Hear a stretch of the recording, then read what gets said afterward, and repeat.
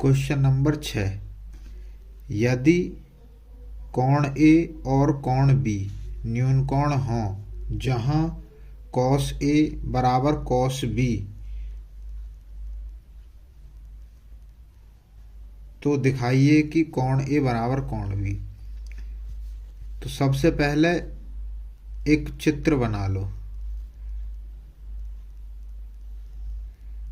अब इस त्रिभुज में कोण ए कोण बी न्यून कोण है, तो न्यून कोण ये वाले होते हैं, ये 90 डिग्री का। अब न्यून कोण पे कौन कौन है? कोण ए और कोण बी। तो कोण ए आप यहाँ पे लिखो, कोण बी यहाँ पे लिखो। ये तो 90 डिग्री का है, तो ये कोण सी हो जाएगा। अब इसके बाद में जो आपको दिया सबसे पहले वो लिखो, कॉस ए बराबर कॉस बी। तो आपको ये चीज लिखनी है कि इस यहाँ हल लिख देते हैं, कॉस ए बराबर कॉस बी। अब हमने कॉस का फॉर्मूला क्या पढ़ा? आधार बटे कर्ण। तो आधार बटे कर्ण बराबर आधार बटे कर्ण। अब कॉस ए का मतलब है आपको ए से देखना, आधार बटे कर्ण। तो ए ये रहा इस वाले चित्र में, ए से आधार बटे कर्ण। तो ए का आधार कौन सा? ए सी।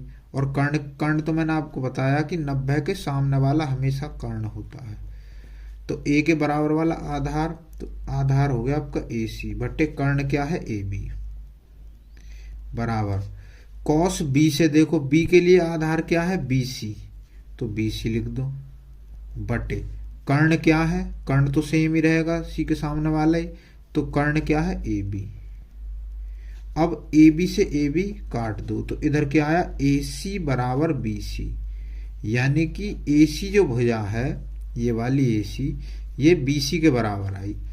अब आपको क्या काम करना है? यहाँ के बाद में आपने पढ़ा होगा कि जब दो भुजाएं आपस में बराबर हों तो उनके आमने सामने के कोण भी बराबर होते हैं। ये समद्विबाहु प्रमेय होती है। तो यहाँ लिखेंगे समद्विबाहु प्रमेय से, समद्विबाहु प्रमेय से ये क्या कहती है? यदि किसी त्रिभुज की आमने सामने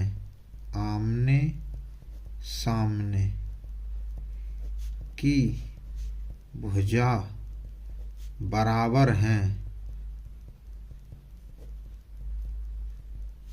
तो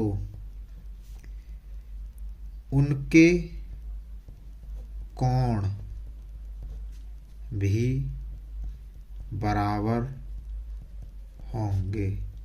ये समद्विबाहु प्रमेय से। तो अब आमने सामने के कोण क्या है? ये देखो, ए सी के सामने कोण है बी, और बी सी के सामने का कोण है ए। तो आपको ये वाली बात लिखनी है कि ए सी के सामने का कोण बी, या ऐसे लिख दो कि ए बराबर बी, कोण ए बराबर कोण बी। यही तो हमें सिद्ध करना था। तो ये आपका आंसर हो गया।